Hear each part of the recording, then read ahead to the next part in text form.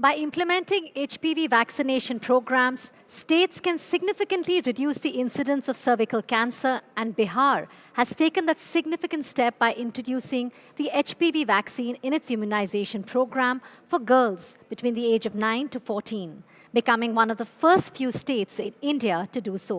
तो आइए चलते हैं श्री मंगल पांडे जी के पास, जो हेल्थ मिनिस्टर हैं बिहार के। श्री मंगल पांडे जी, हमारे साथ जुड़ने के लिए बहुत बहुत धन्यवाद। बिहार वो स्टेट है जिन्होंने HPV vaccine free of cost लड़कियों के लिए जो 9 से 14 साल के उम्र के बीच हैं उनके लिए इंट्रोड्यूस किया है। क्या आप हमें बता सकते हैं कि प्लान इम्प्लीमेंटेशन के लिए आप क्या प्लान कर रहे हैं और कितने डिस्ट्रिक्ट्स में? नमस्कार। ये एचपीवी वैक्सीन देने का निर्णय बिहार की सरकार ने अपनी कैबिनेट की बैठक में माननीय मुख्यमंत्री जी के नेतृत्व में किया है और ये निर्णय करने वाला इस प्रकार का बिहार देश का पहला राज्य है जिसने ये निर्णय किया कि एचपीवी वैक्सीन अपने राज्य के बच्चियों को, किशोरियों को हम मुफ्त में देंगे। और ये पूरे राज्य में लगभग 1 करोड़ किशोरी हमारी ऐसी हैं जिनको हमको एचपीवी वैक्सीन देना है। और ये निर्णय हम लोगों ने इसलिए किया कि जो महिलाओं में कैंसर की बीमारी होती है उसमें लगभग 17% कैंसर जो होता है वो गर्भाशय के मुख पे, ये जो सर्वाइकल कैंसर जिसको बोलते हैं, उसके कारण होता है। और उसके बचाव के लिए ये एचपीवी का वैक्सीन दिया जाता है। तो बिहार की सरकार, स्वास्थ्य विभाग ने अपने मुख्यमंत्री श्री नीतीश कुमार जी के नेतृत्व में निर्णय किया कि हम अपने बच्चियों को भविष्य में होने वाले कैंसर की इस गंभीर बीमारी से बचाने के लिए एचपीवी का वैक्सीन फ्री में देने का काम करेंगे। और ये एचपीवी वैक्सीन फ्री में देने की योजना की शुरुआत भी बिहार में हो गई है। ये बिहार के सभी 38 जिलों में एचपीवी वैक्सीन दी जाएगी। प्रारंभिक तौर पे ये जिला सदर अस्पतालों से हम इस वैक्सीनेशन के कार्यक्रम को शुरू कर रहे हैं और फिर आगे चल के हम जो सीएचसी हमारा है, कम्युनिटी हेल्थ सेंटर, सामुदायिक स्वास्थ्य केंद्र, वहाँ तक अपने चिकित्सकों के माध्यम से हम इस एचपीवी वैक्सीनेशन के काम को आगे बढ़ाएंगे।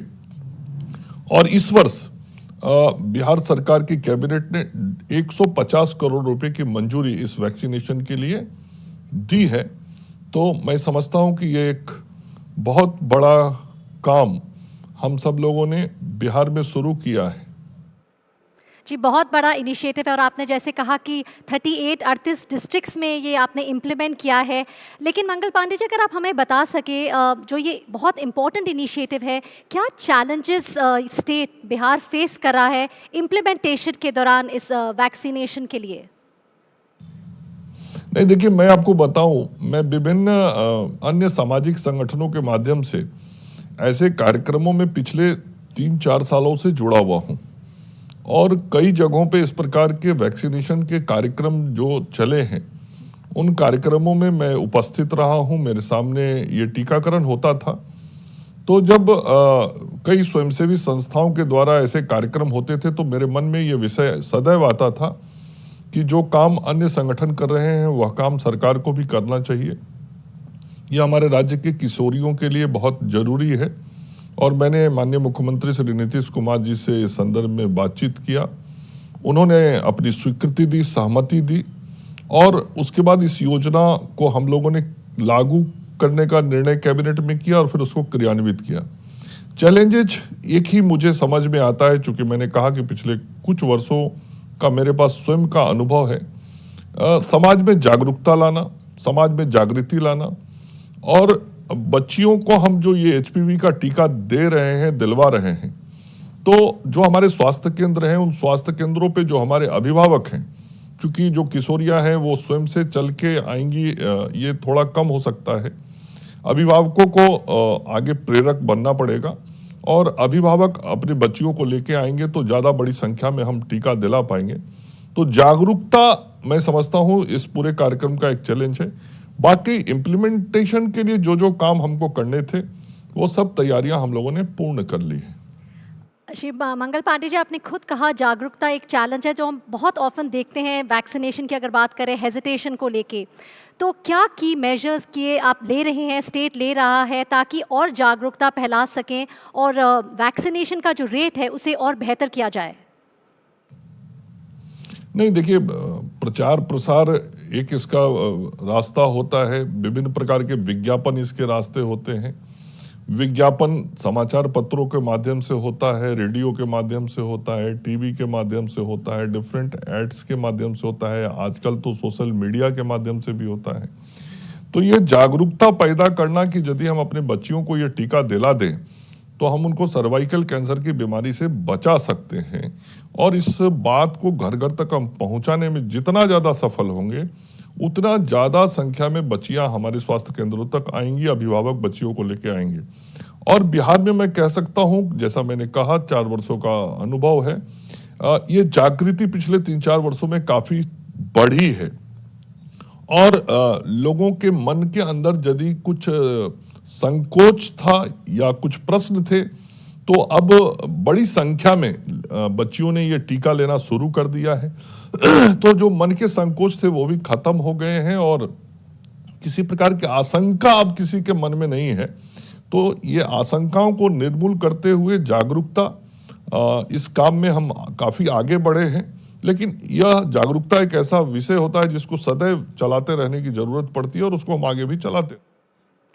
एक आखिरी सवाल मैं आपसे पूछना चाहूँगी ताकि और स्टेट्स आपके स्टेट बिहार से सीख सकें, कुछ पॉजिटिव्स या लर्निंग्स आप हमारे साथ, हमारे दर्शकों के साथ शेयर करना चाहेंगे जो रेस्ट ऑफ इंडिया में अप्लाई किया जा सके? नहीं, मैं तो यही आग्रह करना चाहूँगा कि सभी राज्य चाहें तो इसको लागू कर सकते हैं, कोई चैलेंजेस नहीं है, और कोई बहुत बड़ा आर्थिक बोझ भी नहीं पड़ता है। आर्थिक रूप से बहुत ज़्यादा बड़ा राशि इसमें खर्च करना पड़ता है, ऐसी बात है। हाँ, निश्चित रूप से एक रकम तो खर्च होती है, चूँकि बिहार एक बड़े आबादी वाला राज्य है। हमसे कम आबादी वाले राज्य ज़्यादा हैं, हमसे ज़्यादा आबादी वाला 2 ही राज्य है। तो विभिन्न राज्य सरकारें चाहें तो अपने जो स्वास्थ्य सेवाओं के ऊपर राशि खर्च करते हैं उसी में से कुछ संसाधन यदि इसके ऊपर हम खर्च कर दें तो हम बच्चियों को भविष्य में कैंसर होने से बचा सकते हैं। और कई राज्य सरकारें हैं जो कैंसर हो जाने के बाद इलाज के लिए अपने लोगों को पैसे देती है, सहयोग करती है, सहायता करती है। तो हम प्रिवेंटिव हेल्थ पे बात करें और हम बीमारी ना हो उसी पे यदि खर्च करें, हम वो पैसा खर्च कर दे कैंसर होने से बचाव पे, तो कैंसर से भी बचाव हो जाएगा और कल होके जो कैंसर के इलाज के लिए पैसा खर्च होता है उसकी भी जरूरत नहीं पड़ेगी। तो राज्य सरकारों को केवल एक मजबूत इच्छा शक्ति के साथ निर्णय लेने की जरूरत है। बाकी ये टीकाकरण कोई बहुत तकनीकी रूप से भी जटिल काम नहीं है। तकनीकी रूप से भी सामान्य तरीके से जिस प्रकार से विभिन्न टीके दिए जाते हैं, हमारी जो ट्रेंड नर्सेज हैं उन्हीं के माध्यम से ये टीके दिए जाते हैं, चिकित्सकों की उपस्थिति में ये सब कुछ होता है। तो तकनीकी रूप से अतिरिक्त कोई इसमें काम नहीं करना है, बस एक निर्णय लेने की आवश्यकता है। बिल्कुल सही कहा, निर्णय एंड आई थिंक इच्छा जो आपने बात कही। बहुत बहुत हमारे साथ धन्यवाद हमारे साथ जुड़ने के लिए मंगल पांडे जी।